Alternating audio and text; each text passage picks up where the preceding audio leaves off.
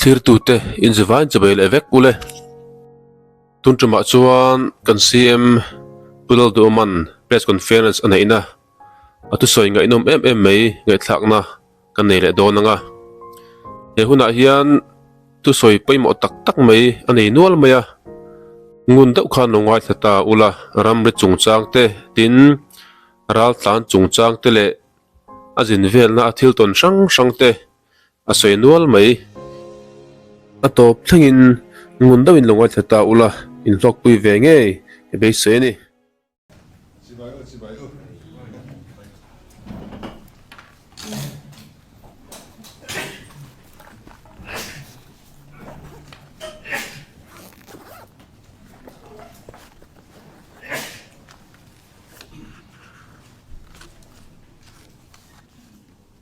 kan tron mol mai nga thua tam deuh hleka tun tu ma hian ka ps nen chau kan kala khuta amuna kan chief secretary le kan resident commissioner ten atul huna min troi oma amaro chu 1-to-1 pakhat chau prime minister le home minister te chu midang roi lo mal chawa in mu ten do wangin keimain ka kal deuh bera chuan ni khat chau kan chama delhi a hianin chumi chung chuan Dr. Jay Shankar external affairs minister nen kanin mua prime minister nen kanin mua in union minister for ministry of road transport and highways pu nitin gadkari nen kanin mu boka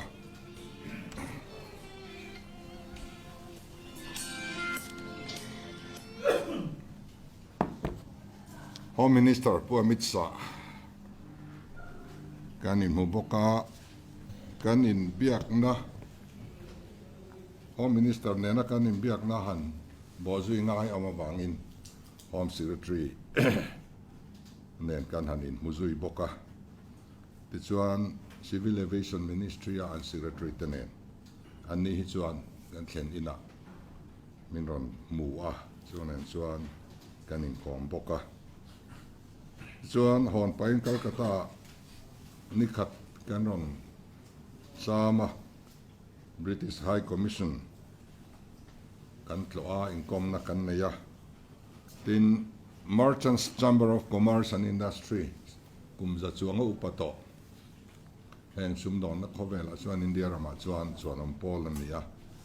sumita chuan Chief Minister ni minlom saka felicitation program and siama tasuan kan wakala press meet and local maya inkom na kan nei khan press conference aningal tamaya chuan kulama press meet po an kim le a tin Delhi Mizo Welfare Association le kan ko ran try to te le zirlai try to te so lui kan kil puya so tiang bokin Calcutta Mizo Welfare Association te zirlai try to te le olaya kan pastor sen khattene ni jana khan so lui kan kil boka ti chuan kan zup kala thil poimo kan han soi te hi tlang pui puin pakhan na chuan Manipur le Myanmar atanga refugee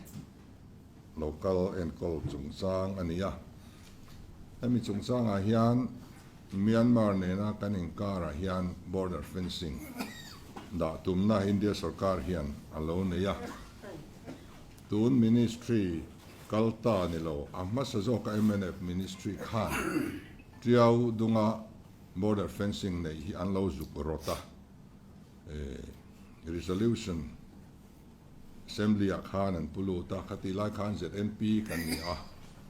ZNP Legislature Party Khan kan pompui thelo kan pass pui du lopa kan chuak tau to a chemical zel te po khani na langa tu na hian refugee te an lo kal tam le ta ka wangin border fencing nei kha an lo ri ru ka amaro chu khilai boundary ki barlui ramri ani a hi ramri an siam don khian min ron lova kan fiat pui lova kan pom pui bok hek lova eng tik nia ma chuan zo na thak te ro rel na pakhata kan la omang ti thir tu kan nia ZPM te hi sumi kan Greater Mizoram policy nen chuan a in kala tin India sarkar hianin Akhan Bharat antia Greater India ani ve ma yang chumi dream chun nei ve bokani chumi nen chuan kal koptir alorem chang viawa chu wang chuan khilai khian fencing kan da turan lo kan da chuan he bar luiram ri hi India hian kan pompui kan recognize ti na ni donga kan ram ri tak tak so khi ta ani turani he huni kan la thlir nga chu wang chuan helai hian fencing kan da tur ni lobang kan pom thei lo ve kan ti a chu min pompui via vin kan ria a kan zo reunification kan ti le Akhan Bharat anti hi kan kai kop ani ber mai chu wang chuan khilama kan u nau te an du wang po ni lawa elaya him na zonga local te hi an ri ru kan ti na turan lo nakina ro rel na pakhat nuai kan mun tur kan thlir tur ani heng te neu te chu tun temporary thilani ala re mai dona an ram te pola zale na ngan hole duanga chung hun te chu kan thliranga chumi pia lam chu kan thliranga ya chu wang chuan heng kan u nau te ri ru hi kan ti na thiang lo ni kan ti a ni thatakin hei kan soi ho a border fencing da hi an thul tura ka ngai India sarkar hian tin Myanmar atanga refugee lo om te hi chin chia na bik biometric identification siam sak turani tin sarkar ma sa tang khan Home Ministry in alo nor to a kan sarkar ma sa khan enge mo chen alo kalpui to a ma po an lo la viau to a amar su in thandona khan an chol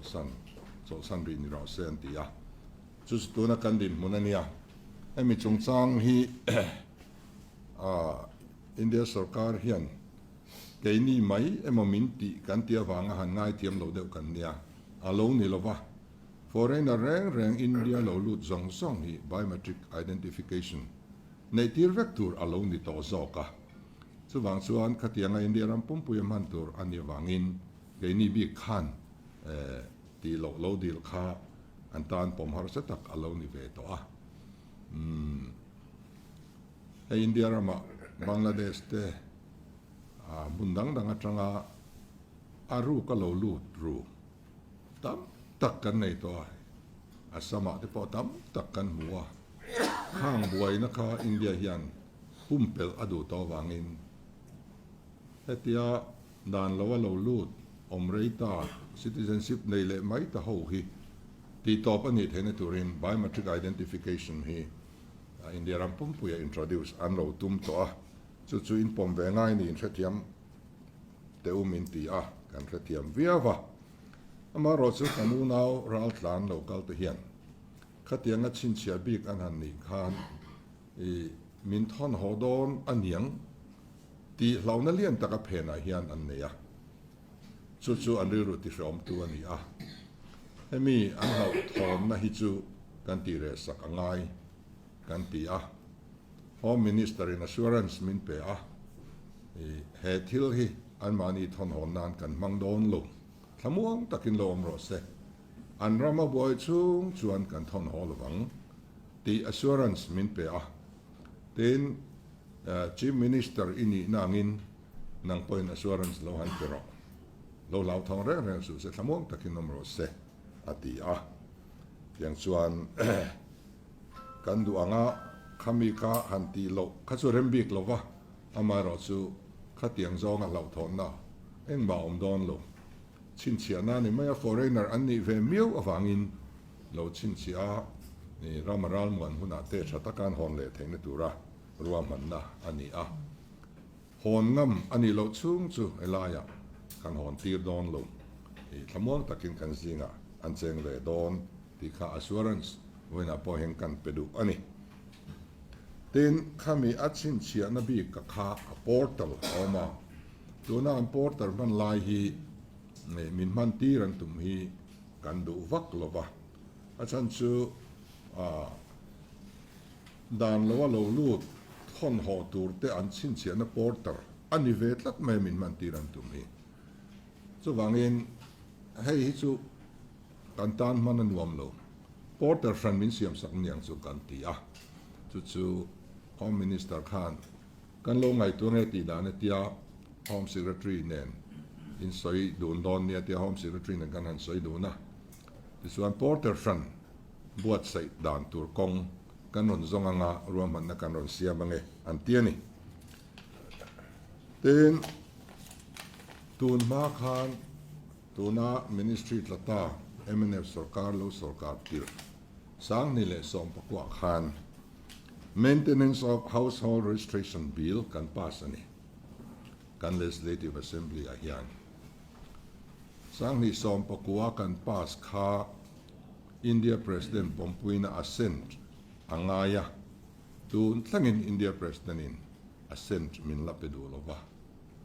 chu kan han take apa tun assembly ralta po khan ko enga mozat house a ke pon ka au cho puya hi enga tinga tun tlenga president assent kan la no enga nge ka sarkar in bo zui tun a engdim huna nge din enge har san na ti kha ka zo thina san na mu mal tap min pe thei ngai lo kan sarkar khan hei hi tun a hian kan ma mo ta ni ani na taka chuan kan chief secretary lui pulal khama idea khania mizo te hian kan pi pu atangin lal la lai tang to in khotina khochiar kan nei ni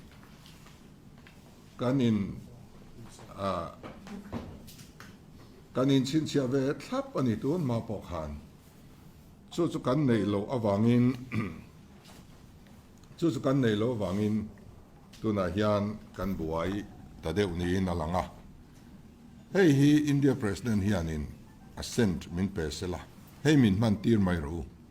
tichuan khotin khi kanin chin chianga hei hi chu a permanent a solution to rani a tichuan foreign atanga lo lut kan rirwa chuan chim lampang khochaka kan unau te lampang ai mai in Bangladesh atanga lo lut thin te dan nan kan du ani hei chumiania wang chuan nakina hei hi kan introduce thei chuan mi an pem don reng in ko thana pem le kha kan lang chi hian an pem san tur khwa tangin pem le khan langa an lo kal na tura an lo chin chia vele nga khami te khole tuini lo khachu khatiang khan kan thlia rang zung zung thei to dona ama ro chu ani anga kan bil kha pom har sa ti an lo ne ya withdraw le mai wala atharin ron thelut ula min ti a chuan athara siam dan kha indu dan kan khasi lova chuwang chuan siam dang lam indu na lai in modify du lai kha appoint in home secretary min ron pe selangin chumi dung sui chuan kan lo siam thang atharin kan thelu don nia kan ti a hei assembly a session kan nei hun masa a kan pe man thei kan in be se ya atharin hei kan thelu lenga ti chuan household registration bill sarkar masalama an nor chwa zo lo wa kha kan nei thei tura kan in ngai ni tin a chom dol na da hi Manipur le Myanmar atanga refugee local chom dol na hi official kalpui thei alo nilowa India sarkar hi 1951 UN Refugee Convention a khan signatory an lo ni tlat lo mai India sarkar hian kata khan India sarkar hianin aminga sign velo wangin tu ma hi refugee angin India hian a en thailo ni ten chu mai chne lovin 1967 UN protocol aom le a refugee chungchanga chuta po chuan India hianin ming assign lovani khamiani wang khan refugee ti ming banga enkol na pe kha thil thei ani lova kaini rama chaw ni lovin India ram pumpuya refugee kan nei ve thiang talo lat mai ni enge ni hei hi an ngai to na tu ma ne ro hun lai trang dai to til local chho to khan ni a chan kan juk traverse se lova tuna yan kovela hian sarkar za som kwa vel kan oma za sarkar za som li le mi sarkar frang za som li ten hei hi an poma an saina India hi kan tel lovani chu wang chuan refugee status hi kan pe thailo antia in no lui chi po ani chuang lova ama ro chu refugee status pe chuang si lovin ayen kol na ai ro chuan thei to pa tho ho kan tuma central sarkar le state sarkar in kan resource nei ang te an ni tan hian kan mang dona kan dena an khosak atul sung chu duat takin kan en kol anga sumle pai kan nei lo viau na in emi konga hian central sarkar point mi thla tham don chuang lova chu wang chuan lungai tur chu omin kan threlo refugee ti ming an pulo na a chom dol na ero chu kan kalpui don tho ani ten British High Commission a kan leng hian eta an ho tu paber India marchak BL2 chu sung len chuan British sarkar atanga tranpuina relief measure om thei om te aron chet ve thei nei don em tin kan han soma kan theyang tokin raltlan te tranpuina kan ron ti ve don nia anti a maro chu sarkar kaltlang ni lovin kan NGO kaltlangin chumi te chu agency amangin anni po hian min ron puidon tin an deputy high commissioner po Mizoram ron tlo turin kan in soma ron zin chodona chunga te po chuan kan refugee camp te po hi kan tlo puitura kan in ngaya anin hen atang hian tran puina eng masat kan don thei kan in be se ni tin prime minister le home minister ne na kan soi chu tuna kan refugee nei te chu rele mai tur ani Manipur atang local te phe chu foreigner an ni lo rim India khole tuyan nia India constitution hian India le khole tui zong song khoya po India rama hianin kan om theyang anin beng bel theyang ti hi kan right ania citizen zong song in chu wang chuan Manipur atang local kan unau te chu India citizen an ni sa problem aom lo rim amaro chu kha India constitution khan do na India khole tui an settle thai in le lo an ben bel thai an phal sak lai ro chuan Mizoram bi kai ro chuan kha ven him na kan ne ya ILP mangin an du in kan rama chuan an local ve thei lo wani khami protection kha kan nei sa BFR Bengali Strand Frontier Regulation British Hovina min siam sak India independent nuwa kan adopt zui tak zela khatuna hian danding lai lania kami nuai khan ILP kan ne ya chu tuna Burma le Myanmar atanga refugee local te a hian he ILP nuaya Mizorama pon lammi lo lut te hi an ngai poimom zok ani ti kha ka thlena abik takin West Bengal le Assam Muslim ho an lo lut renga West Bengal sarkar le Assamin adal zo si lova kan thenom haila kandi district ate peichuan khang illegal migrant kha za somriat ve lion nia chung me te chu Mizoram an ron chowa permit an ron la Mizoram Muslim an tam lu tuk to hei hi kan check lo chuan nakin zela kan population balance po hi lati boy the ni kan resonant kim min trauma hei zok hi kan ngai poi moni ti kha ka thlen ve prime minister le home minister nena heng ho identify nan hian biometric identification hi imang zo kang uti rod na ka siama eng po ni se proposal ron siam la kan lo enang an tia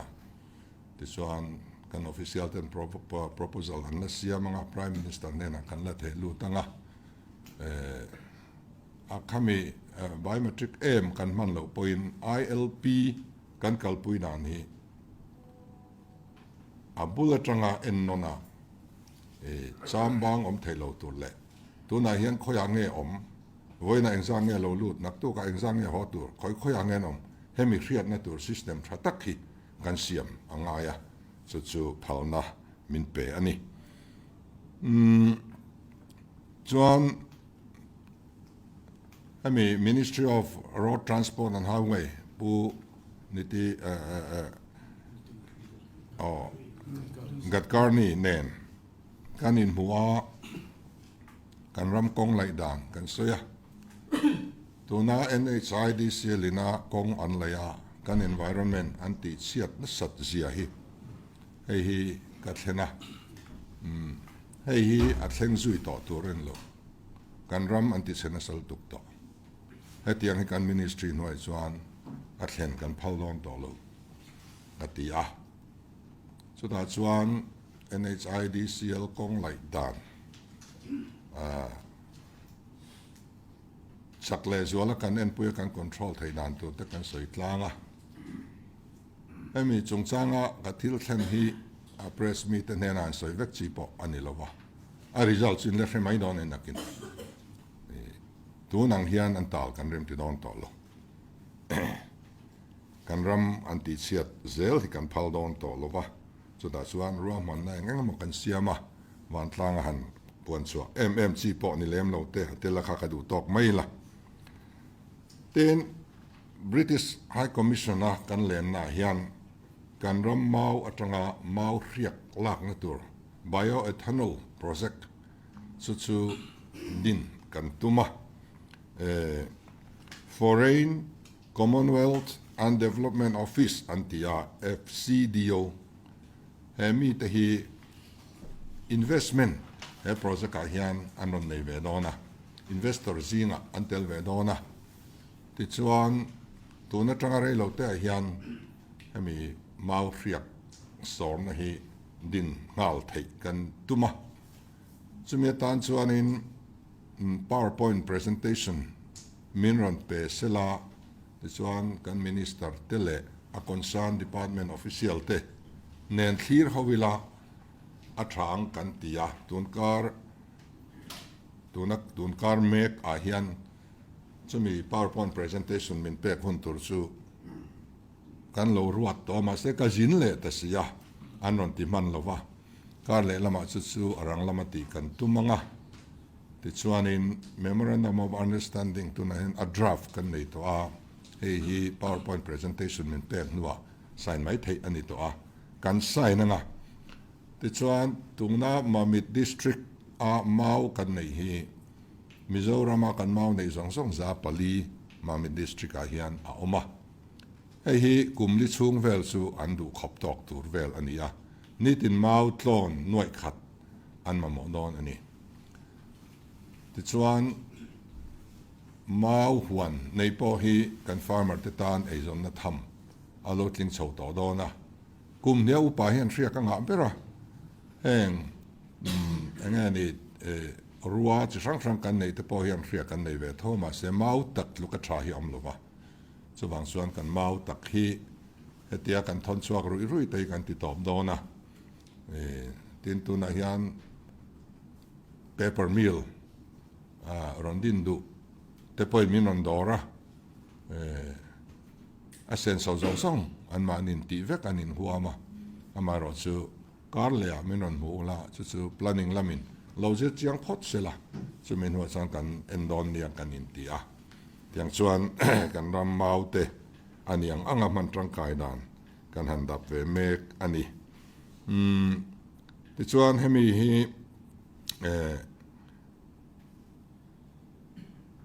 kumin chung hian tran ngal kan tuma rampo tuna hian lei mai tur an hual to a baira bi lama khwanin ti chuan a thei chuan hei hi ti len chho zel tur ani a he ta mun danga po he tiang hi project hi pani pathum te chu la nei thei danom se a thaviu don a kan ti a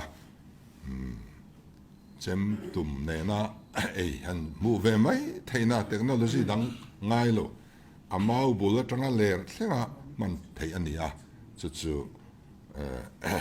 alom viau tura kan ngai ani hei hi ten British High Commission hian idol project midin pui hian re lova chu mumal zokin an department ne la soi hova kongzon ni seng kan tia chuan kong lai tepo engemaw chen kan ron pui theng chu min ti boka tin Mizoram atangin atam theyang ber nurse United Kingdom in ron thon thei chuan alo mo khopangan ti a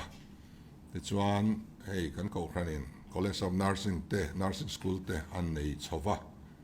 nursing lama hian chakzo ka ma kan lak thei chuan tuna mihring kan export hi housemate te na nuai nung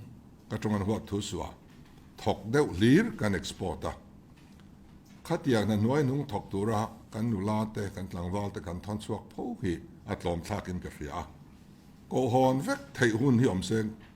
ti kha ka ri ro chuan oma ama ro chu technical mi hei plumber te engamo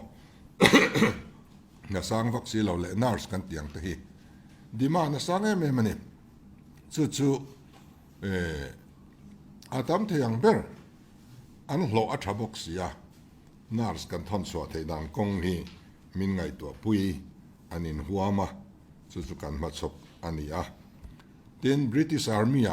kan mi zon la le tlangwal te an tran ve thei dan tur kong kan soi ho boka British Army han ni de chu chak ve tak takin tamin ka ringa an hlo tha ema hei Nepal ho te point Gurkhali ho te po hi an la trang ringa sumi kong chu dap turin bo zui turin kan da bok ani tin Chamber of Commerce te ne na interaction kan han nei na hian Mizorama partnership ron nei te an chak maya andak zok ani ber mai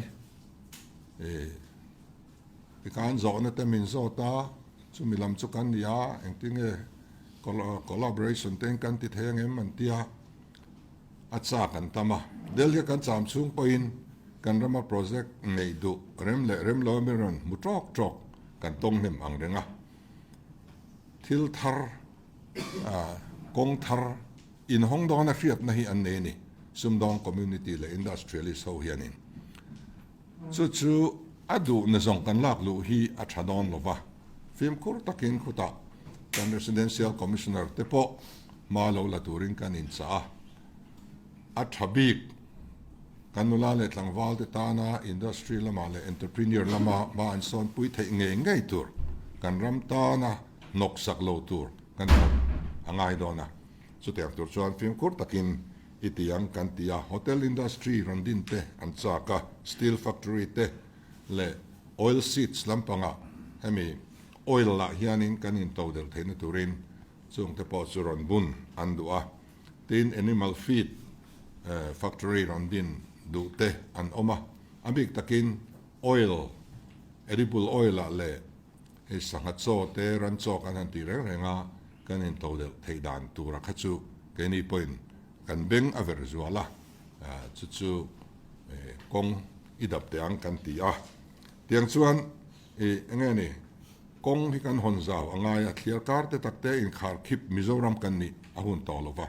kan in expose ahun to khovela India khovela kan in expose anga khoveli kan ta kan ti venga ti chuan nakina kan nula kan tlangwal ten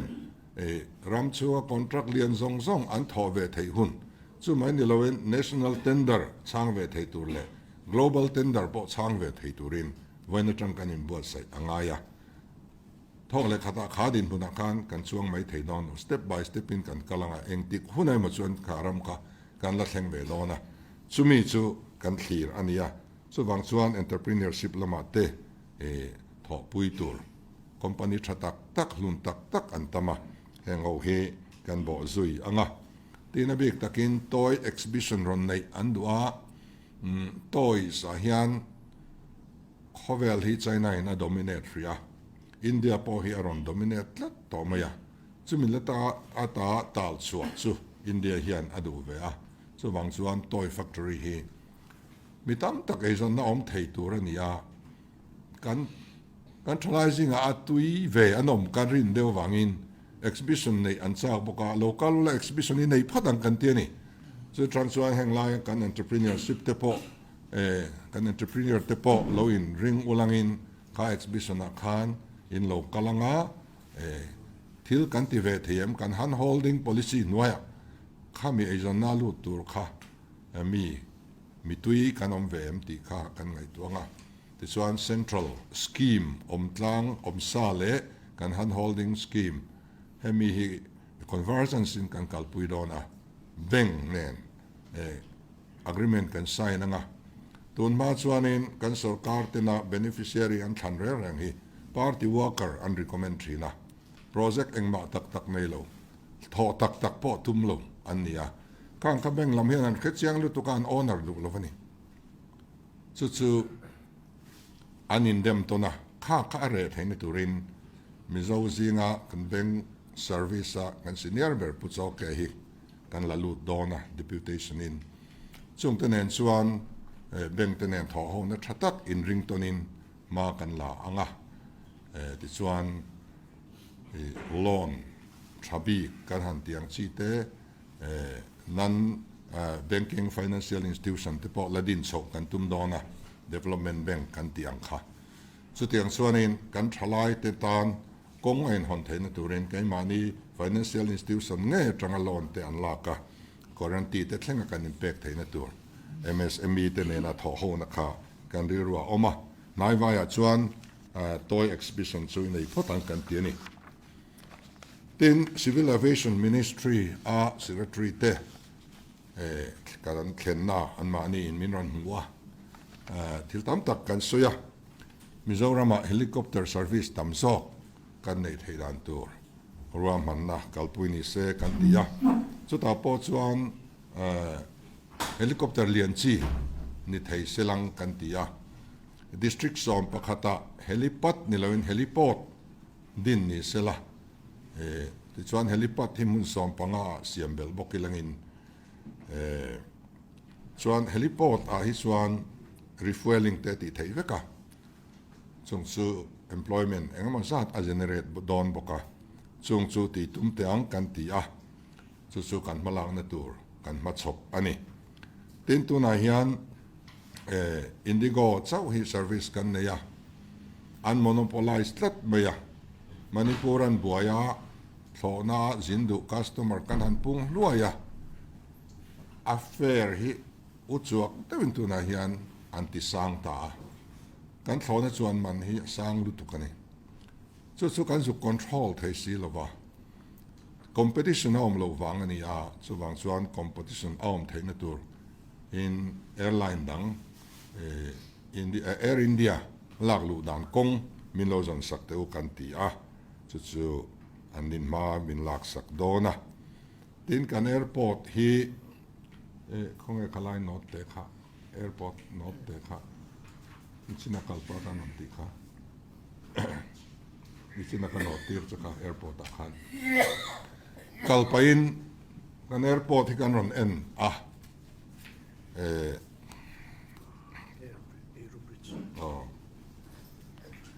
tu na khonin ramp an lo siam ve kam rule ten ramp ani an siama sum sen ko tam hle maya ramp ani chau an siama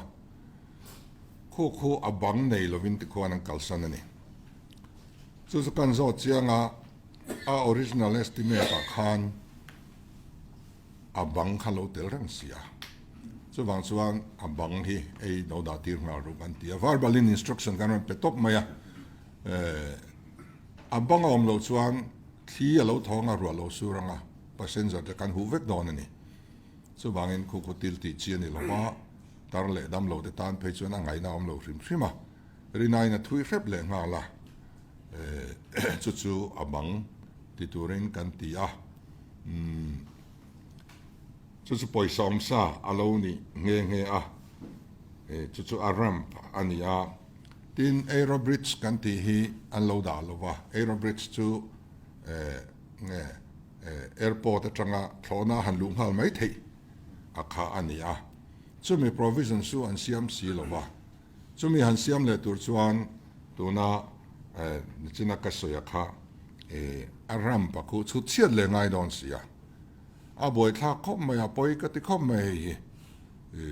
ei thona trum huna te chuan thona airport atangin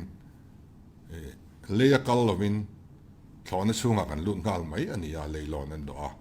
khatiang kha an lo siam lova aero bridge kha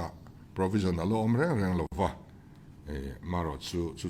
tu mai hanti play thei ani to lova tin baggage area khu asir le lama chawan lo da a le lama apani nia da turin instruction kan pe ngala chu a original estimate a lo tel vexa a tel vexi kha ale lam chawan siam ale lam siam lovin ti kwan an kausana hei tur hian elo contractor hian atira estimate diktak amin hei baggage area hi asiam turani kan tia chu an thongnal tura kan ngaya tin khomi a chong chung an siam mek departure atana an tia khu khomi kong chong kan han ti khu vaibel se sari chuanga namrula na siam ania khomi a khwanin a dropping zone a khwan engma a chung zar lia tu omlo ni khatiani khachuanin fura kan lut kan suak tur kha ro kha kan do don ti na nia adik lo trim trima mun nia dropping zone a oma first floor a kwan ko khu a chung zar ve turin na lo tan ngal turin instruction kan pe ngal bokani chu tun hon pa kan ron ti ania a estimate a lo tel vek boxia khana na chu anti turani kan tia tin VIP parking a ran pa da kha kan ti bo to boka VIP big a ran pa turani lo kan ti ni tin kan airport hi a hau tak lu tuka kenia state house tu main state ta airport nei du adom mia to lova kenia re theiberina airport state airport kan nei hi thila thak deu pania chu wang chuan hei hi AI Airport Authority of India kuta emo Adani Group a emo in London ngai to ni seng kan tia chu ministry civil aviation ministry in min boy pui dona Adani Group po hian dio letter anon ziak to kan nena atu nena zok nge pe la thang tia kha kan zir chianga arang thayang berin kan airport hi chumite kuta chuan lan kan duani tuna kwan night landing po kan lati thailova han upgrade tur hianin ti ngai la tamnu to ka khoi summa kan neilo SEDP atanga tuam hlom mai khania khatiringo chuan ram ro pui kan thleng don lo enti kong man akiu don lo re reng siang sani tuna hian Gauhati airport ku a limit a thleng to expansion chance om mi to lo ni ku ai kwan chei thei that thei ni to lo leng pui hi nakina international airport atan po potential nei kan nia refueling system te engkim om se kimi far east lama thok chho tur zong te po heta hian an tum du don a kong anai zok boka chung potential nei chu kan nia wangin ade ral na tur ahlan chon na tur a po hianin market nei tha kan in ngai ni atu zok ber ne na nge kan hlanang angam huai ne na khan hei chu kan hlan mai dona hei kan han malak na ania tin home minister ne sam ne na kan in karnam ri chung sang kan soi boka chu buaina le tharum thona hi thleng to mi alo sila ei chu political level a kan soi fel turani kan ti a chuan tun ni sam pakua hian Shillonga plenary session NEC kan nei dona home minister aron chair dona chuan sam chief minister Himanta ne hei soidun turin kan da boka home minister in min riat puya tiang chuan buai le nga ka phi chung lovin kan buai lo lai tang hian kan ram ri ching fel turin mala ngal a tha kan ti a in rem dan kong ngai to kan tumani tên Delhi à khoan Mizo community khoan kan house lo khu chu Christmas à te kum thara te chap char ko ta te han kho sak theina an nei lowa ruai te kan lo the duwa kan than hem ve to sia man za na cho kan han ate po kan leng lovani chu tiang chuan e wangin peace center kan mamwa peace center to ram lo da bro kan in tia chu ram le tur kan zonga nga chumi chu kan hu thei chuan peace center lian deuh tak mizo community chian ni than nia kan om theina tur kha sak chho kan tum don ani ten Calcutta po hianin cultural center kan mamwa chief minister nena kaziak dona mun min peturin West Bengal chief minister khu kabatchmet ania 8 Lok Sabha anau pangber ve kan nia MP kan ni duna chuti lai chon kum som thum panga chau ve kan la nia alodam lova ka anuam sam lova ka mut man ta lova lo kharem ta chi lova ani ne na hian ngen ngol takin cultural center dur mun kan dil don ani chu lo tlin don le don lo chu thudang ni seng tin new town na kan house kan ron tlo boka kalpain centralized AC an lo nei ha hau tak ema amen ten nan kum khada nuai sare nuai riat ten lo senga a that hei bok si lova chu bang chuan split AC kan mamwa chu tiang tur chuan ruaman na lo siamulang kan intia ti khu chuan classical le ni puya om ngai na om lova chu bangin kan nei na ko la rei lo viau na adin mun ko lo che viau mana ko siam that kan dua ten balingans rota kan Mizoram house masaber kha kan tlo boka kan chief minister masaber pu cho chunga hun laya kan ria thin na nia alung polenga lo thia veka lo nim bura chuan kan sarkar kalta khan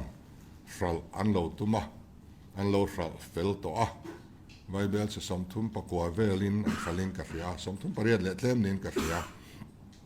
mi pakhatin alo leya aman po mi lo dong diam to a Calcutta welfare Calcutta kan house at hok tu te zong sok le mizo welfare le kan student mizo zong khuan an ui tlok ani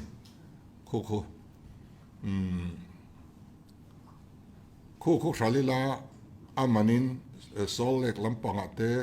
new town lampanga te mundang leila aya try in saila ti kha atira idea nia ka lampang bo suina reng kha om ta silova a sol ringot a khan man mo dewa norna alo oma tunai tu sang atangin mani de mai khan kan sarkar tir khan aman an loin hlan mana chu a file te kan study kanen khan sell deed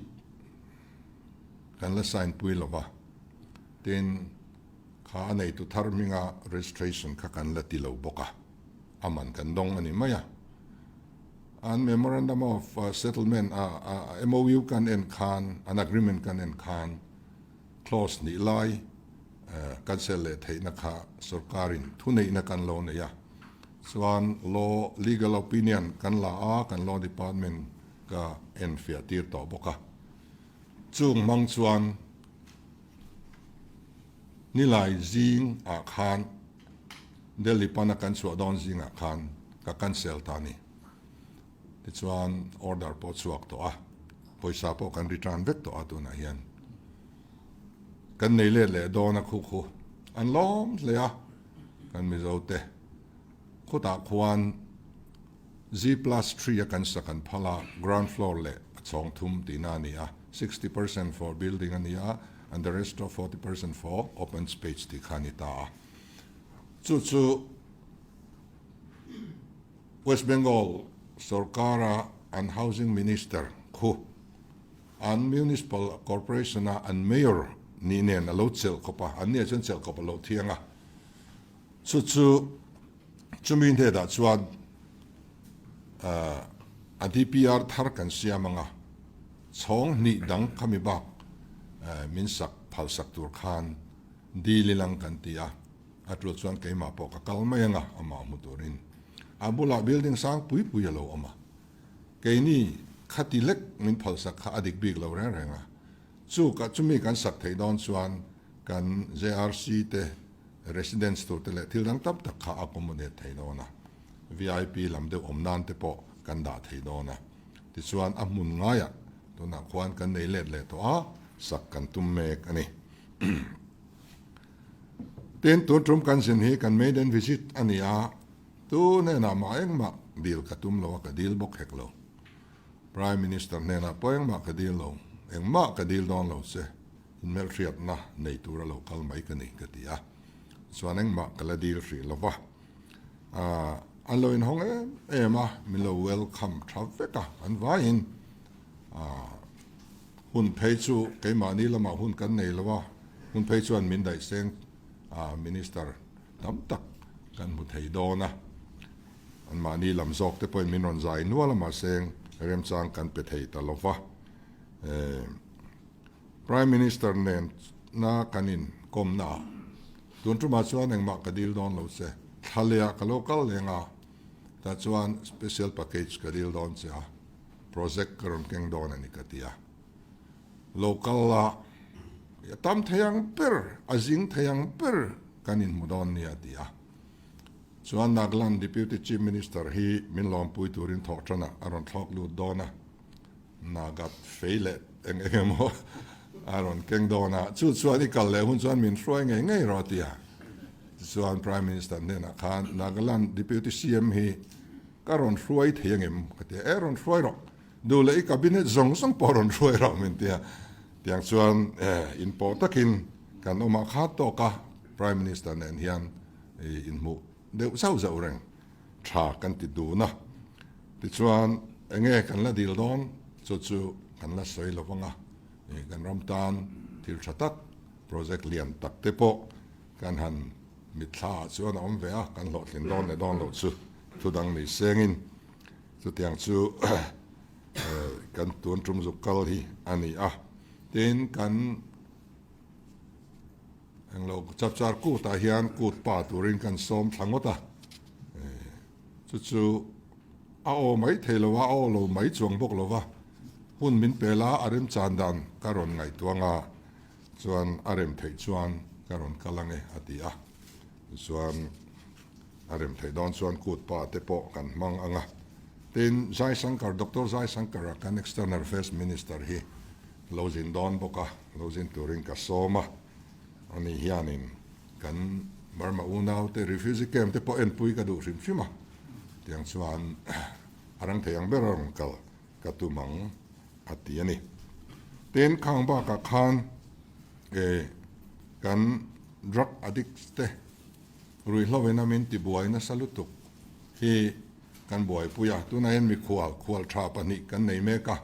USA tangin pastor pani anon kala Presbyterian Church of America amite ania helaya keima ge sangin kalo thlenga ti chuan kan home enge mozat amun an tlo to a an la cham meka an la tlo zel dona ti chuan an tlo thei ang te an tlo zo a excise minister le social welfare minister nen kan pathumin an manin an chuan a conclusion meeting nei kan tuma headline local na zong video an siama ut an mun pui American keng thadona ti chuan tuna kan ri ruwa chuan center lian tak rondin an duani center lian tak rondin an duwa helai an office tur lo dona thei te po kan om to a alomom khopa amaro chu kan center thren khat lo an tum ten an lo cooperate vak lova apoi ka tia tuna home kan nei ang hi chu in lama boina an siam lo nan enge mo chen kan da sang ani de umbaya an lo chua lein ma ejon na turan nei chuang lova hetila soi hi apoi mo khop mai kan rama hom tam tak te hi chu asoi ang tak tak hi kan ni dan ni in alanga amai ro chu tam tak chu an tha em thawa hetiang din huna kan din to lai ati anga ma kan siamin aron lak na hi lo tling nge sela kan rui lo ngai tele kan thalai tam tak hian ma kan son pui nge bei se am khop mai ei zon na an nei theinan khatianga thiam thil engemot tenen entrepreneur lama te skill development ate chortla ka chua kan dua chumi lo chuak chu kan han holding noya kening kan lo tuam lo manga mani kulaya TBCC center kan zut lo te kha thalai tha mi zariat le samnga ma thu ka zuk soya kan nau zo minga ho an nia eng ma tho chu anei lo